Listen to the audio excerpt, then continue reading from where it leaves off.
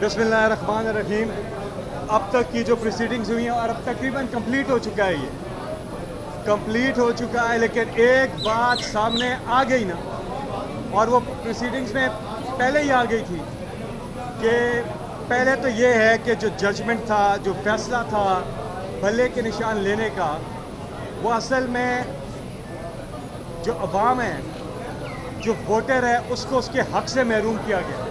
पाकिस्तान जैसे मुल्कों में निशान, इंतखाबी निशान इसलिए रखा जाता है कि लिटरेसी रेट कम है, ना होने के बराबर है, तो वोटर ज़हन नशीन कर लेते हैं एक पिक्चर को, एक डायाग्राम को, एक शेप को, एक खाके को अपने ज़हन नशीन करते हैं कि मैंने ये इमरान खान का निशान है बल्ला, मैंने इस पे मोहर लगानी है। ये वोटर अपने ज़हन नशीन करता है और वो जाता है। जो पढ़े लिखे मुल्क है बाहर, वहाँ पे इंतखाबी निशान नहीं होता, इसलिए कि वहाँ पे पढ़े लिखे होते हैं। वो जब पोलिंग बूथ पे जाते हैं, वहाँ लिखा होता है रॉबिन जैकमैन, नाम लिखा होता है, टॉम क्रूज या जो भी, उस पर जाके वो मोहर लगा देता है आराम से।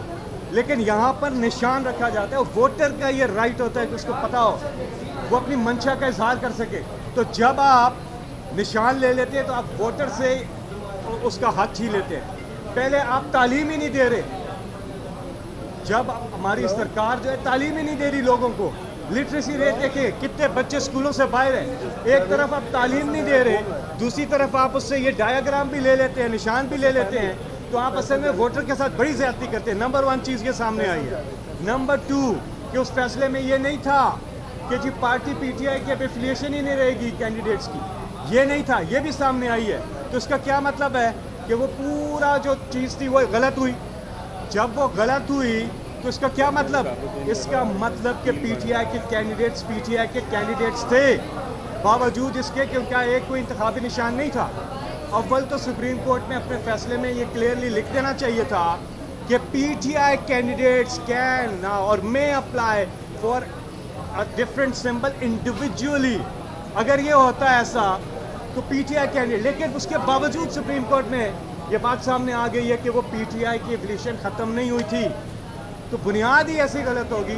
तो इसलिए हम उम्मीद करते हैं कि जो पीटीआई के कैंडिडेट्स हैं उनको उनकी रिजर्व सीट्स मिलेंगी, क्योंकि उनको ये बात सामने आ चुकी है कि वो पीटीआई ही कैंडिडेट्स थे। तो जब पीटीआई कैंडिडेट्स थे, आज़ाद नहीं थे, तो उस तनासब से, और अगर दूसरी सिचुएशन फ़र्ज करें कि वो आज़ाद थे, फिर भी सारी रिक्वायरमेंट पूरी कर दी इमरान खान के जो कैंडिडेट्स उन्होंने पूरी कर दी। 3 दिन का टाइम होता है ना, 3 दिन के अंदर उन्होंने ज्वाइन कर दी। तो या पीटीआई को या सुन्नी इत्तेहाद कौंसिल को ये नशिस्तें मिलेंगी, तीसरा कोई चीज़ सामने नहीं आई।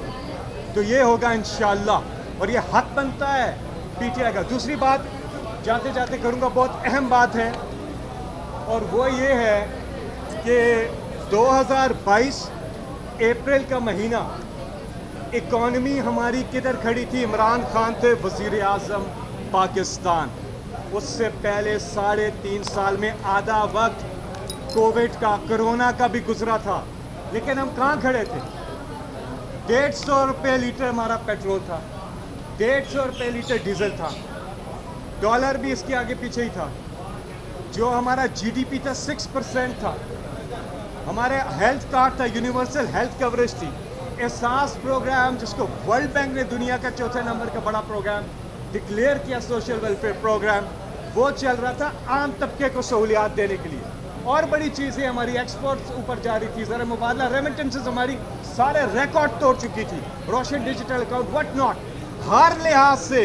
और बावजूद कोविड के, और उसके बाद फिर रिकवरी जो हो रही थी इकॉनमी की, तेज़ी से हो रही थी, जीडीपी हमारा तेज़ी से ऊपर जा रहा था, 6% को टच कर गया था आखिर। आज नए साल का पहला, माली साल का पहला दिन है, और आवाम की आप हालत देखें, महंगाई से क्या हो गई। बहुत बुरे हालात में हैं लोग इस वक्त, ख़ास तौर पे तनख्वाहदार तबका, जिसके ऊपर टैक्सेस की एक भरमार कर दी गई। आज आप जाकर देखें पेट्रोल की कीमतें, डीजल की कीमतें, आज आप देखें बिजली के बिल की कीमतें, गैस के बिलों की कीमतें आसमानों पे बातें कर रही हैं। किचन चलाना मुश्किल हो गया है लोगों के लिए, और टैक्सेस की एक भरमार डल गई, टोल टैक्स सब कुछ बढ़ा दिया। वैगन वाले से पूछें, आप जाके पूछें जो पब्लिक ट्रांसपोर्ट यूज़ करते हैं उन सवारियों से पूछें, आज ही इंटरव्यू करें और उनसे पूछें उनका क्या हाल है। किराए बढ़ गए हैं, हर चीज़ महंगी हो गई है। ये बिल्कुल अवाम दुश्मन बजट आया है। اس حکومت کو فل فور استعفیٰ دے دینا چاہیے, گھر چلے جانا چاہیے. یہ نہیں کر سکتے مینج. یہ ہے ان کو عوام کی فکر نہیں, کیونکہ عوام کے ووٹر سے یہ آئے نہیں ہوئے. یہ فارم 47 سے جب آپ عوام کے ووٹر سے نہیں آئے ہوتے, اب آپ عوام کے لیے کوئی کام بھی نہیں کرتے, آپ کو پرواہ نہیں ہوتی. عوام کی ووٹر سے جو آئے ہیں ان کو پرواہ ہوتی ہے, اور وہ فارم 45 والے ہیں. وہ حکومت کب کریں گے؟ عمران خان وزیر اعظم پاکستان جب وہ ہوں گے, ٹرسٹ ڈیفیسٹ بھی ختم ہوگا, عوام کا اعتماد ہوگا اس وزیر اعظم پہ, اور وہ عوام کے مفاد کے فیصلے بھی کریں گے اور بہتر اکانومی کو مینج کریں گے. اکنامک مینجمنٹ ایک سمپل چیز ہے. آپ ریونیو بڑھاتے ہیں ملک کا, اور عام لوگوں پہ خرچ کرتے ہیں, غریب لوگوں پہ, نیچے کے طبقے کا آپ اٹھاتے ہیں. اکنامک مینجمنٹ مطلب امیر سے ٹیکس لے کے غریب پہ لگاتے ہیں, اسپتال بناتے ہیں, تعلیم دیتے ہیں ان کے لیے, ان کے بجلی کے بل سستے کرتے ہیں, آپ ان کو بجلی سستی دیتے ہیں, گیس سستی دیتے ہیں. اس طرف چلنا ہے ہم نے.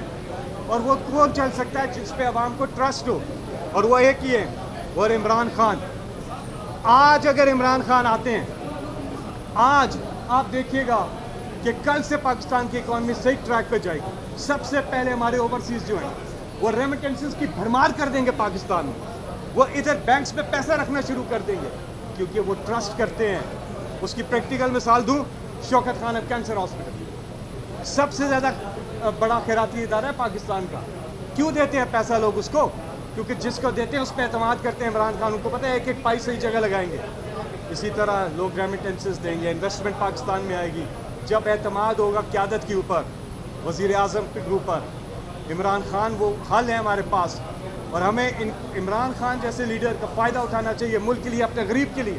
غریب کا بہت برا حال ہے, اور مہنگائی کے آج جو عالم ہے, یہ حکومت نہیں چلا سکتے, یہ نہیں کر سکتے, یہ اکانومی مینج نہیں کر سکتے.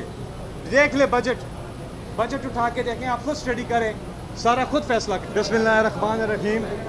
اب تک کی جو پروسیڈنگز ہوئی ہیں, اور اب تقریباً کمپلیٹ ہو چکا ہے, یہ کمپلیٹ ہو چکا ہے, لیکن ایک بات سامنے آ گئی نا, اور وہ پروسیڈنگز میں پہلے ہی آ گئی تھی, کہ پہلے تو یہ ہے کہ جو ججمنٹ تھا, جو فیصلہ تھا بھلے کے نشان لینے کا, وہ اصل میں جو عوام ہے, جو ووٹر ہے, اس کو اس کے حق سے محروم کیا گیا.